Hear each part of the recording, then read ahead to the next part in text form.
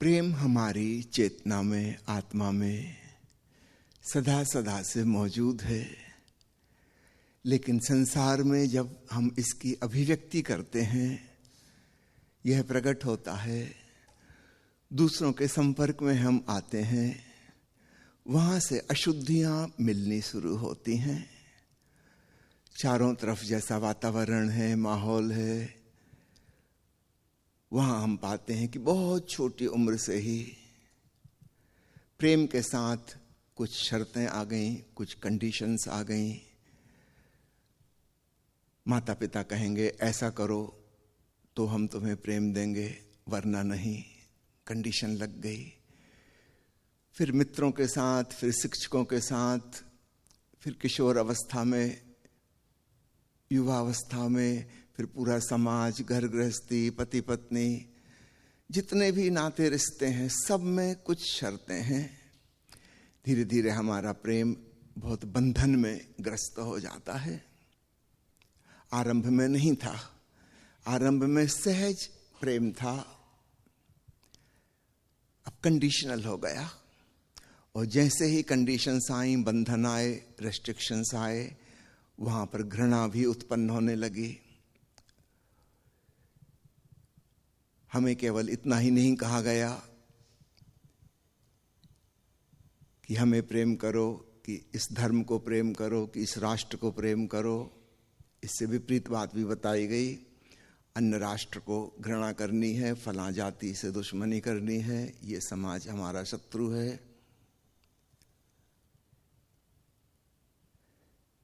प्रेम के संग संग घृणा के बीज भी वो आ गए। जिनसे हमें प्रेम करने को कहा गया है उनकी गिनती तो 10-5 लोग हैं, और जिनसे हमें नफरत करना है उनकी गिनती बहुत बड़ी है। और फिर समाज हमें ऐसे मौके नहीं देता कि हमारे भीतर का वह सहज प्रेम विकसित हो पाए। सारे मौके ऐसे हैं कि शत्रुता विकसित हो पाती है। यहां तक कि हम जिन्हें कह रहे हैं कि हमारे क्लास फेलो हैं, मित्र हैं, उनसे भी एक छुपी हुई शत्रुता है, कंपटीशन है, प्रतियोगिता है। इनसे आगे निकलना है, इनको पीछे पछाड़ना है। तो दोस्ती कहां हुई? एक प्रकार से दुश्मनी ही हो गई। और फिर वही बात सारे समाज में भांति भांति की महत्वाकांक्षाएं हमारे भीतर आरोपित कर दी गईं, और उन महत्वाकांक्षाओं को पूरा करने के लिए फिर लाखों लोग आपके शत्रु हैं, क्योंकि उनको भी वही चीजें पानी हैं जो हमको पानी है, आपको पानी है। वो चीजें हैं कम और पाने वाले हैं बहुत ज्यादा। और हर जगह प्रतियोगिता और कंपटीशन, और हर जगह शत्रुता। बिना कहे हमारे भीतर घृणा का भाव, शत्रुता का भाव, दुश्मनी का भाव भरता जा रहा है। हर जगह हम पाते हैं हमारे प्रेम के प्रवाह में ऑब्स्ट्रक्शन और बाधाएं आ गई। वहां क्रोध उत्पन्न होता है। सामूहिक रूप में भी क्रोध कभी आतंकवाद के रूप में फूटता है, कभी युद्धों के रूप में फूटता है। वो सामूहिक घृणा, सामूहिक नफरत एक एक व्यक्ति के भीतर तो भरी ही हुई है, लेकिन उसका इकट्ठा रूप, अंतर्राष्ट्रीय रूप प्रकट होता है।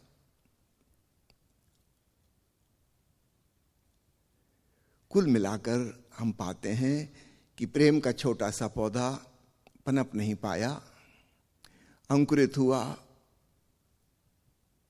और वहीं कुचल दिया गया, और अन्य नेगेटिव फोर्सेस को बहुत खाद पानी दिया गया। फूल का पौधा कुम्हला के मर गया, कांटे वाले पौधे, इनको खूब खाद पानी मिला, ये वृक्ष बन गए बड़े बड़े। हमें लड़ना सिखाया जाता है, जीतना सिखाया जाता है, सैनिक बनना सिखाया जाता है। धर्म के नाम पे लड़ाई, जाति के नाम पर लड़ाई, किसी न किसी रूप में हम सैनिक का रोल ही निभा रहे हैं, भले ही हमारे हाथ में बंदूकें ना हो, लेकिन भीतर शत्रुता भरी है, दूसरों को नष्ट करना है। हमें अपनी विजय पताका फहरानी है। अर्थात सारी दुनिया हमारी शत्रु है। कुल मिलाकर संक्षेप में पूरे अस्तित्व के प्रति एक नफरत का भाव।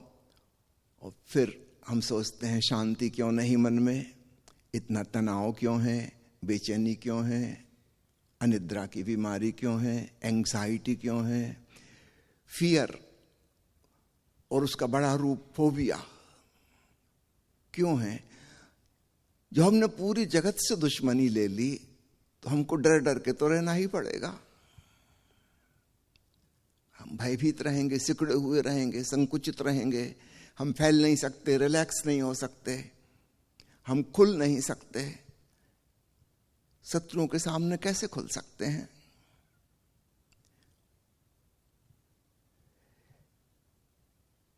कुल मिलाकर हमारा पूरा मनुष्य जाति का इतिहास, सभी देशों का, सभी जातियों का संक्षेप में बस यही रहा है, जिसका क्लाइमैक्स अंततः युद्ध होता है।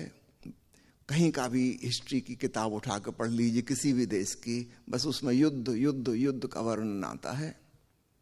जैसे और कुछ हमको करना आता ही नहीं सिवाय खून खराबा करने के। हमारे जीवन का एक ही उद्देश्य है, शहीद हो जाएं या दूसरों को शहीद कर दें।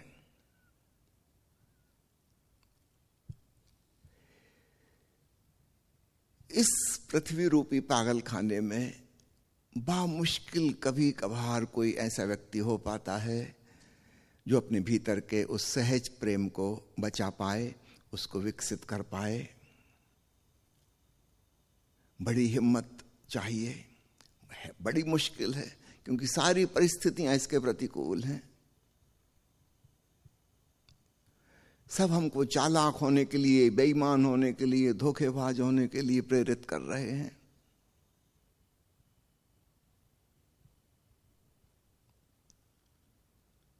कोई भी नहीं चाहता कि हम सहज, सरल, प्रेमपूर्ण जीवन जिएं।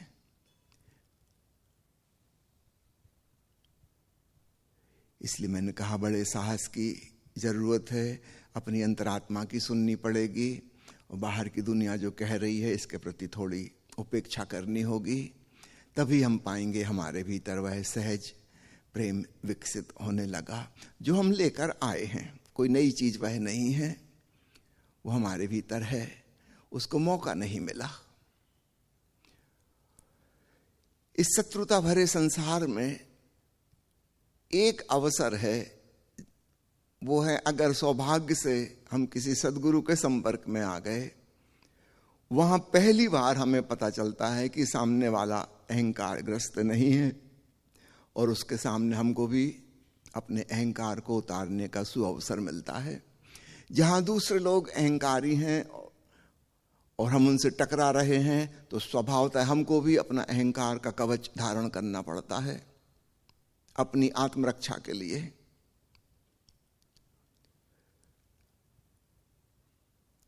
किसी ऐसे व्यक्ति के संपर्क में हम आए जो हमसे कोई अपेक्षा नहीं कर रहा,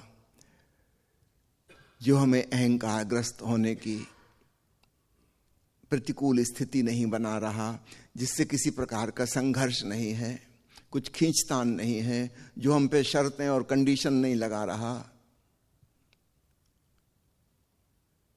जो स्वयं प्रेमपूर्ण है बेशर्त,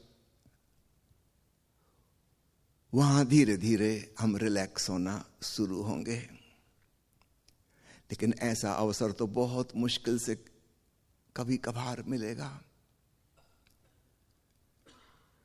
गुरुओं के नाम पर बहुत लोग बैठे हैं जो किसी भांति अपने अहंकार को ही पुष्ट कर रहे हैं, और उनके पास जाकर हम पाएंगे फिर टकराव शुरू हो गया, फिर संघर्ष शुरू हो गया। उनकी अपनी शर्तें हैं, कंडीशंस हैं, वो अपने घेरे में बांधना चाह रहे हैं, उनको अपनी संख्या बढ़ानी है। वो एक प्रकार की राजनीति है। कहने को वो धर्म गुरु हैं लेकिन कर वो राजनीति रहे हैं। इसलिए मैंने कहा बड़ा मुश्किल है, क्योंकि बड़े सौभाग्य की बात है हम किसी ऐसे व्यक्ति के संपर्क में आ पाए जो सहज रूप से प्रेमपूर्ण है, उसके आनंद को, उसकी शांति को देखकर हमारे भीतर भी तरंग उठेगी। और चूंकि वो हम पे कुछ अपेक्षाएं नहीं लाद रहा है, वो हमें स्वतंत्रता दे रहा है, किसी प्रकार के बंधन में नहीं बांध रहा है, वहां संभावना है हमारे भीतर जो अंकुर निकला था अब वो थोड़ा बड़ा हो सकता है, विकसित हो सकता है, वृक्ष बन सकता है। कुछ सौभाग्यशाली लोग हैं जो प्रकृति के सानिध्य में भी ऐसा अनुभव कर सकते हैं,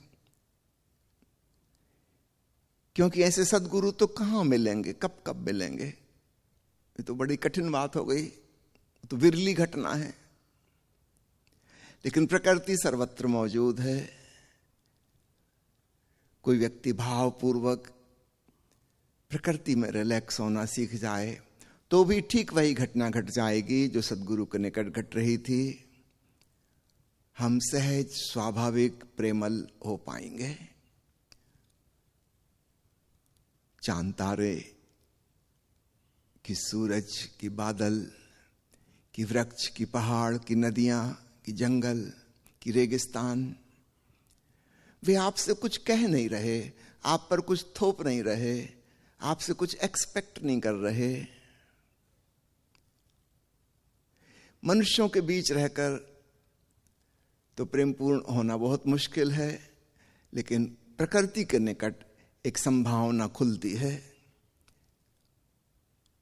हम आसानी से रिलैक्स हो सकते हैं।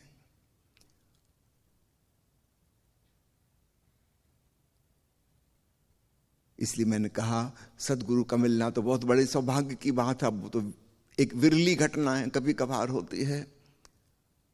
अन्य लोगों से हम प्रेम करते हैं तो हम थोड़ी देर में पाते हैं कि प्रेम घृणा में रूपांतरित हो गया, क्योंकि वही लड़ाई झगड़ा, फसाद, मतांतर, खींचतानी, मैनिपुलेशन, डोमिनेशन, मेरी बात मानो, मेरे अनुसार चलो, वो सब चीजें आ गई। और प्रेम का तो पता ही नहीं चला, शुरू शुरू में झलक मिली थी, जल्दी ही सब कूड़ा कचरा हो गया।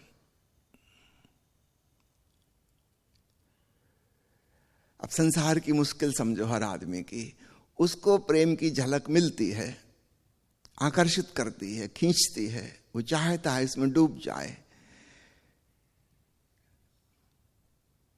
लेकिन जिन व्यक्तियों के वह प्रेम में पड़ता है, अंततः वो पाता है कि ये वैसे लोग नहीं हैं जिसे मैं खोज रहा था। और ठीक ऐसा ही दूसरे व्यक्ति को लगता है कि जैसे मेरे साथ धोखाधड़ी हो गई, ये व्यक्ति पहले तो ऐसा ऐसा लग रहा था, अब निकट आए, 4 दिन साथ रहे, तब पता चला कि ये तो बिल्कुल ही मामला कुछ और है। लेकिन तब तक हम बंधनों में बंध चुके, अब तड़प रहे हैं बस छूटने के लिए। और फिर सवाल ये कि छूट के भी क्या होगा। धीरे धीरे एक निराशा आ जाती है कई लोगों के साथ संपर्क में आने के पश्चात कि लगता है प्रेम संभव ही नहीं है, हो ही नहीं सकता। हम जिस व्यक्ति को ढूंढ रहे हैं वो कहीं मिलता ही नहीं।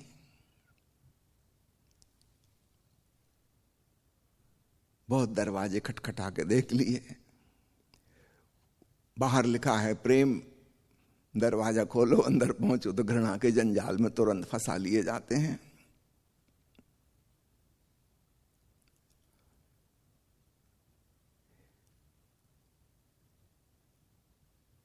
तो 2 उपाय मैंने कहे जो आसानी से संभव हैं। एक उपाय, सद्गुरु के निकट आकर हम अपने भीतर के प्रेम को विकसित होने का सौभाग्य का अवसर प्राप्त कर सकते हैं, लेकिन यह तो बड़ी विरल घटना है। दूसरी घटना जो बहुत लोगों के लिए संभव है, अगर हम अपनी बुद्धि से थोड़ा हटकर हृदयपूर्वक जीना सीखें और कभी कभार मनुष्यों की दुनिया से हटकर थोड़ा निसर्ग के नजदीक पहुंचें, तो हो सकता है हमारा हृदय कमल फिर खिलने लगे। हाँ, एक बार हमारे भीतर वह बात बन गई तो फिर हम इस दुनिया में आकर भी चारों तरफ घृणा और शत्रुता के कांटों के बीच में भी हमारा फूल खिला रहेगा, क्योंकि हमने उसका आनंद, उसकी शांति जान ली। अब हमको परवाह नहीं कि दूसरे क्या करते हैं, उनकी वो जाने, वो अपना नरक भोगें। हमारे भीतर स्वर्ग घटित हो गया और हम उस स्वर्ग का आनंद लिए कहीं भी अब जा सकते हैं। वो हमारे संग है, वो हमारे भीतर है।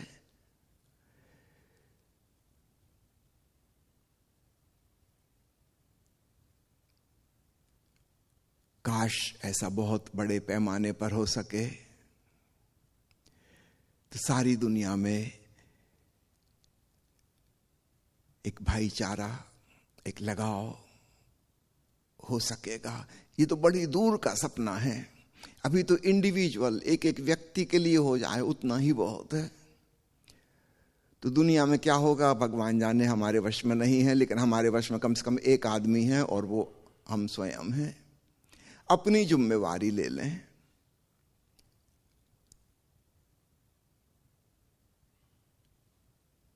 अपना उत्तरदायित्व।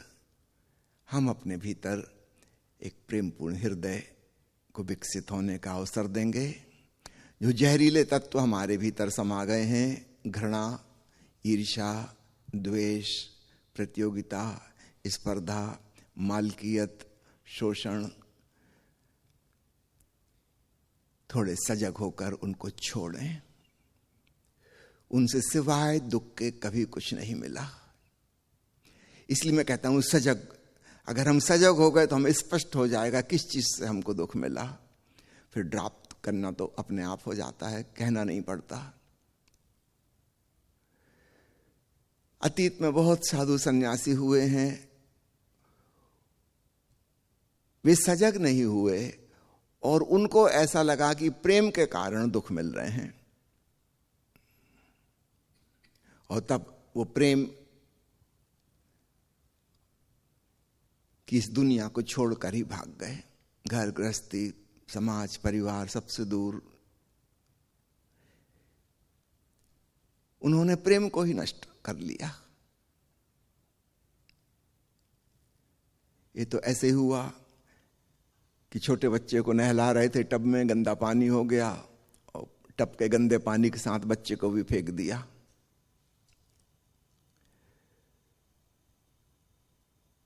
नहीं, जो बचाने योग्य है उसको बचाना, जो फेंकने योग्य है वह फेंकना। और इसके लिए सजगता जरूरी है। होश पूर्वक निरीक्षण करो कौन कौन से तत्व से हमारी शांति और आनंद भंग हो रहे हैं। तब आप पाओगे वह प्रेम नहीं है, प्रेम में मिश्रित अशुद्धियां हैं। जैसे अशुद्ध सोना हो तो सोने को नहीं फेंक देना है, अशुद्धियों को हटाना है, निखारना है। इसलिए जीवन को एक साधना बनाना है। भागने से कुछ ना होगा। कोई अशुद्ध सोने को छोड़ के भाग जाए तो अशुद्धियां तो छूट गई, मगर फिर सोना भी छूट गया। तो तथाकथित साधु सन्यासी एक प्रकार से वंचित रह गए। वे अशुद्ध सोने को छोड़ के भाग गए जिसमें सोना भी था। और तथाकथित संसारी और भोगी वे अशुद्धियों का दुख भोग रहे हैं। दोनों ही भूल चूक में हैं। समझदारी इसमें थी कि होशपूर्वक चुनना था क्या कांटे हैं, क्या फूल हैं, क्या अशुद्धि है, क्या सोना है। और जैसे ही हम इसके प्रति होशपूर्ण होंगे, निश्चित रूप से जो शुद्ध बात है उसको हम बचा लेंगे। जो अशुद्धियां हैं वो छूट जाएंगी। जानबूझ के कौन उसको पकड़ के रखेगा। तो हमारे अनजाने में ही हमसे भूल चूक हो रही है। संसारी से भी, भोगी से भी, और तथाकथित सन्यासी से भी, त्यागी से भी, दोनों भूल में हैं। इसी संसार में जीना है, यहीं अपने घर परिवार में रहना है और सजग होकर होशपूर्वक जिस चीज से अशांति और दुख मिलता है उसको ड्रॉप करते चलें। धीरे धीरे धीरे शुद्ध सोना, जिसको हम कह रहे हैं दिव्य प्रेम, दिव्य और अलौकिक इसलिए कहना पड़ता है कि जो हमारा साधारण प्रेम है उसमें तो इतना ज्यादा कचरा कूड़ा है कि प्रेम नाम मात्र को ही है, बस लेबल ही है, कंटेनर में है प्रेम, अंदर कंटेंट्स में तो बहुत कुछ सांप बिच्छू भरे हैं।